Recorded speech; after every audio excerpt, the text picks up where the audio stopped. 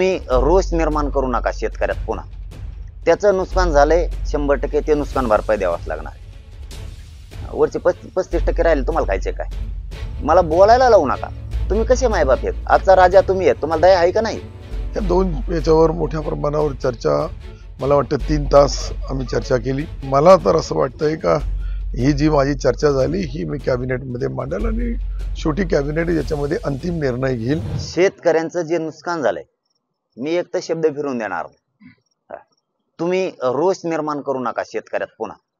त्याचं नुकसान झालंय 100% ते नुकसान भरपाई द्यावाच लागणार. वरचे 35% राहिले तुम्हाला खायचे काय? मला बोलायला लावू नका. 65% झालं, नामकं झालं, तमकं झालं, त्याचं नुकसान झालंय. साहेब तिथं एक असे होते, त्या जात नाही सांगत मी आता तुम्हाला.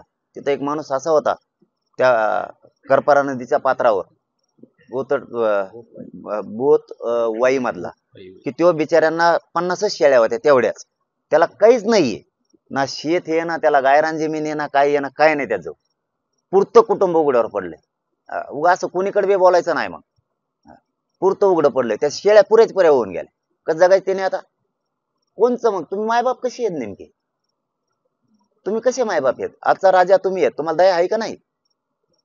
जनावर सहित वाहून गेलं. ते गावच असं आहे की गाव नदीच्या पलीकडून आहे आणि सगळ्या शेताच्या वस्तू गावाच्या अलीकडून नदीच्या अलीकडून ठेवावं लागतात आणि नेमकं सगळं होऊन गेलं. ते आता तोंडाला आलेला घास गेला. लेकरं समोर दिसायला लागलेत, कर्ज दिसायला लागले, शेतकऱ्यांच्या समोर खूप अनेक प्रश्न दिसायला लागले. तो खचलाय आणि त्याला आधार मात्र द्या आता. तर ते सत्तार साहेबांनी उद्या त्याला कॅबिनेटमध्ये घ्यायचं कबूल केलंय आणि ते पण शेतकऱ्यांसाठीच काम करावं असं म्हणणं. याच्यात राजकारण नको आहे आता. कारण शेवटी मायबाप सरकार आहे, तुम्हालाही सांभाळणार आहे, देशाला पण सांभाळणार तेवढाच एक वर्ग आहे.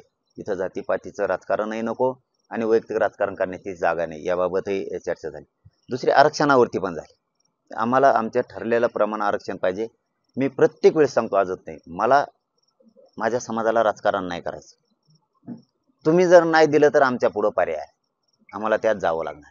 तुम्ही त्याच्यावरही विचार करा. तुम्ही फडणवीस साहेबांना बोला, तुम्हाला ज्यांना ज्यांना बोलायचं त्यांना बोला. ते आमच्यावर काय ढकलाढकली करू नका. महाविकास आघाडीला बोला आणि महायुतीला बोला, ते काम काय आमचं नाही, जनतेचं. आता सरपंच समजा तुम्ही येत, आम्हाला तुम्हालाच म्हणावं लागेल नका, पडेल सरपंचाला म्हणावं तेवढा रस्ता टाकून दे. त्यांना कसं काय म्हणू शकतो आम्ही? ही कोणता डाव टाकायला लागले तुम्ही आमच्यावर? त्यामुळं त्याबाबतही चर्चा झाली. कारण शेतकऱ्यांचा तर सगळ्यात प्रथम मुद्दा घेतला आणि ती आता खूप आस्थेचा प्रश्न आहे, आता ताजा. तुम्हाला त्यांना वाचवावंच लागणार आहे. नसता मी भाईंजवळ निरोप दिलाय की रस्त्यावरती मग मला शेतकऱ्याला घेऊन उतरावं लागेल. तशी वेळ येणार नाही.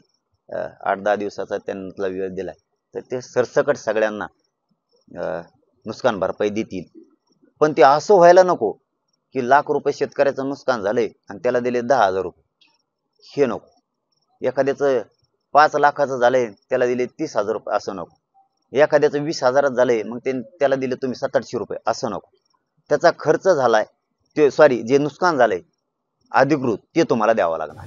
जरांगे पाटील साहेबांनी आज दौरा करून आले. मी गेल्या 2 दिवसापासून सातत्याने आम्ही हे दौरे करत शेतकरी बांधवांच्या बांधापर्यंत, त्यांच्या शेतापर्यंत, नदीचं पात्र असेल, नाल्याचं पात्र असेल, ते पाहिल्यानंतर निश्चित ते जे बोलू लागले, ही गंभीर परिस्थिती मराठवाड्याच्या अनेक जिल्ह्यामध्ये झालेली आहे.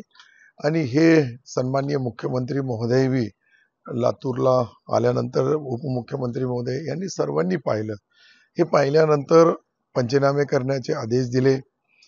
त्याच्या व्यतिरिक्तही पुढे जाऊन सन्माननीय जरांगे पाटील साहेब आणि कृषी मंत्री महोदयामध्ये काही चर्चाही झाली. त्यांनी त्याच्याबद्दल बोलले.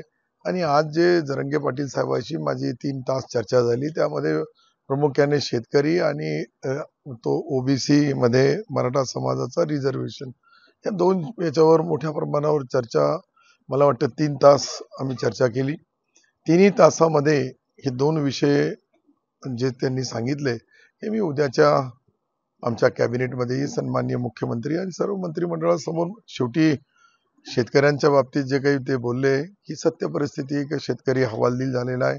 अशा परिस्थितीमध्ये त्याला जे काही मदत करता येईल ती मदत सरकार बी, मला वाटतं एकनाथ शिंदे साहेब असतील किंवा देवेंद्रजी असतील किंवा उपमुख्यमंत्री अजितदादा असतील, तिघही, मला तर असं वाटतंय का ही जी माझी चर्चा झाली ही मी कॅबिनेटमध्ये मांडेल आणि शेवटी कॅबिनेट याच्यामध्ये अंतिम निर्णय घेईल. अंतिम निर्णय मी यासाठी सांगू लागलो की कॅबिनेटमध्ये एकदा चर्चा झाली आणि त्याला एकदा शिक्कामोर्तब झाला का ती बांधिलकी, ती जबाबदारी सरकारची असते आणि सरकार निश्चित याच्यामध्ये मला वाटतं का बऱ्यापैकी मी कृषी मंत्री असतानाही पाहिलं अनेक निर्णय सरकारने ज्यावेळेस घेतले तर ते शेतकऱ्याच्या हितासाठी घेतले आणि हेही जे जरांगे पाटील साहेबांनी आता ज्या भावना मांडल्या ती सत्य परिस्थिती आहे. एक वाई म्हणून गाव जिंतूर तालुक्यामध्ये आहे. त्यांनी तिथे जाऊन जो दौरा केला 3 गावाची कनेक्टिव्हिटी तुटली. तिथं तात्काळ आपण मी गेल्यानंतर सरकारच्या माध्यमातून त्याला मंजुरी देण्यात येईल आणि निश्चित जे काही बाकीची जी चर्चा या ओबीसी रिझर्वेशन आणि विशेषतः मराठा समाजाच्या बद्दल त्यांच्यासोबत झाली, त्यांनी त्यामध्ये अनेक दुसरे जी परिस्थिती आहे, ज्यांच्याकडे काही दस्तऐवज आहे ते निजामाच्या काळातले असतील, अंग्रेजाच्या काळातले असतील किंवा मुंबईचा 3 वेगवेगळे कायदे, विदर्भामधला कायदा वेगळा होता, मराठवाड्यामधला आणि मुंबई सहित बाकीचे जे राज्याच्या विविध भागामधले त्यांनी तेही काढून ठेवलेले आहे. तेही माझ्याशी त्यांनी चर्चा केली. मी सन्माननीय मुख्यमंत्री महोदय आणि मंत्रिमंडळात याच्याबद्दल सविस्तर चर्चा होईल आणि मला असं वाटतंय की याच्यावर काही ना काहीतरी निर्णय, जे काही कमिटमेंट सन्माननीय मुख्यमंत्री महोदयांनी दिला त्या कमिटमेंट प्रमाणे किंवा त्या याच्याप्रमाणे आता आम्हाला ही 60 दिवस उरलेले, या 60 दिवसामध्ये काही ना काहीतरी निर्णय घेणं आवश्यक आहे. त्याचे पहिले जे ओबीसीचे पुरावे त्यांनी सांगितल्याप्रमाणे जे काही सापडलेले त्याला निर्णय देताना जे काही सरकारने त्यांना वचन दिलं होतं त्याची पूर्तता करावी. अनेक याच्यावर बाकी चर्चा झाली. काही चर्चा मला मंत्रिमंडळासमोर ज्यावेळेस मी सकाळी जाईल त्यावेळेस आमच्या मुख्यमंत्री सहित सर्व मंत्रिमंडळाला बोलल आणि त्यामधला अंतिम निर्णय ते घेतील.